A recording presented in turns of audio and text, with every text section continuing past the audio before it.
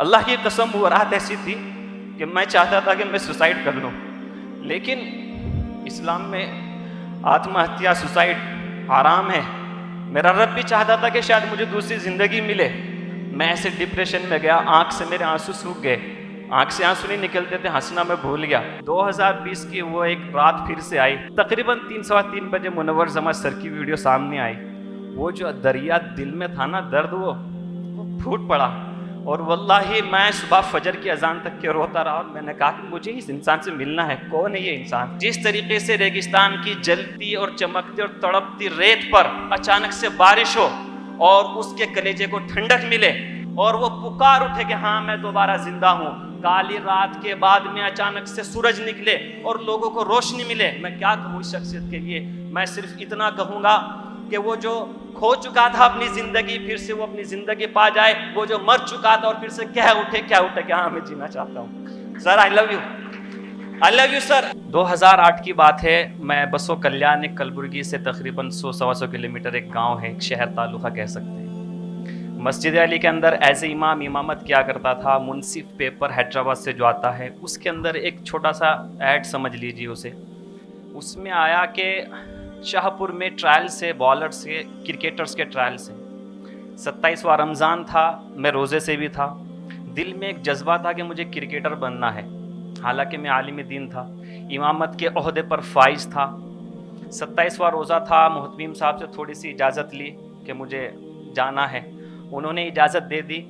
میں کسی کا اسکوٹر مانگ کر کے شاہ پور پہنچا، تقریباً 3:30-4 بجے کا وقت تھا۔ میں نے ایمان کے جذبے کے ساتھ میں اور اپنے جسمانی قوت کے ساتھ میں بڑی زور سے بالنگ کی، وہ پتہ نہیں لکیلی یا انفارچونیٹلی میرا وہاں سلیکشن ہو گیا۔ والد صاحب اس بات سے بڑے ناراض تھے۔ میں نے بڑی خوشی سے آ کے اپنی امی کے گلے لگا، والدہ سے کہا کہ امی میرا سلیکشن ہو گیا ہے اور میں انڈیا کو ریپرزینٹ کرنا چاہتا ہوں۔ تو شام کا ٹائم تھا، والد صاحب سے میں نے کہا والد صاحب میں کرکٹ کھیلنا چاہتا ہوں، لہٰذا میں امامت چھوڑ رہا ہوں۔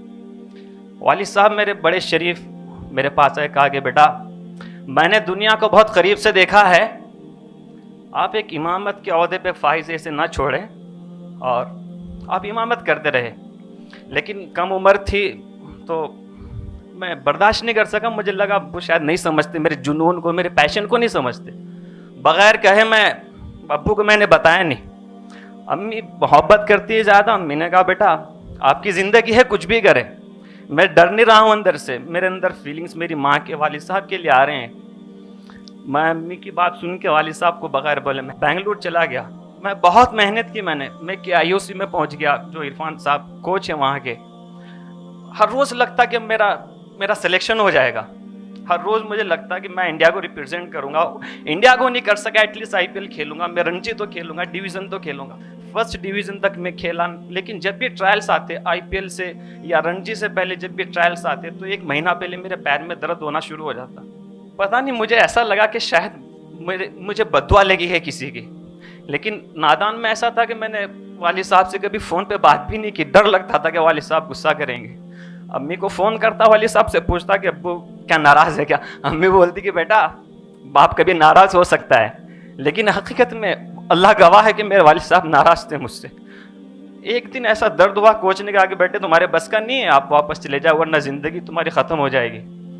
2017 میں واپس آیا، ایک میرے سے بہت بڑی غلطی ہو گئی۔ والد صاحب نے کندھے پہ ہاتھ رکھا اور کہا کہ بیٹا مجھے لگا کہ شاید تو مجھے میری امیدوں پہ کھرا اترے گا، لیکن آج تو نے میرا دل توڑ دیا ہے۔ اللہ کی قسم وہ رات ایسی تھی کہ میں چاہتا تھا کہ میں سوسائڈ کر لوں، لیکن اسلام میں آتما ہتیا سوسائڈ حرام ہے۔ میرا رب بھی چاہتا تھا کہ شاید مجھے دوسری زندگی ملے۔ میں ایسے ڈپریشن میں گیا، آنکھ سے میرے آنسو سوکھ گئے، آنکھ سے آنسو نہیں نکلتے تھے، ہنسنا میں بھول گیا۔ مجھے لگا کہ شاید اب باقی زندگی ایسے ہی گزرے گی۔ گزرتا گیا لمحہ، وقت نکلتا گیا۔ 2020 کی وہ ایک رات پھر سے آئی، رات کے 3-3:15 بجے ہوئے تھے۔ میں ڈپریشن کا شکار تھا، نمازوں کی پابندی بھی نہیں ہوتی تھی۔ لگا کہ اب تو شاید بس اللہ کے پاس پہنچوں گا۔ میں دعا بھی نہیں کر سکتا تھا کہ اللہ مجھے موت دے دے، کیونکہ یہ جو دل ہے نا، یہ پتہ نہیں اندر سے مر چکا تھا۔ ایک احتشام جو چلبلا بچہ تھا، جو کبھی میدان میں جب وکٹ لیتا تھا تو آڈینس میں ایسا بھاگتا تھا کہ ایک جوش بھر دیتا تھا۔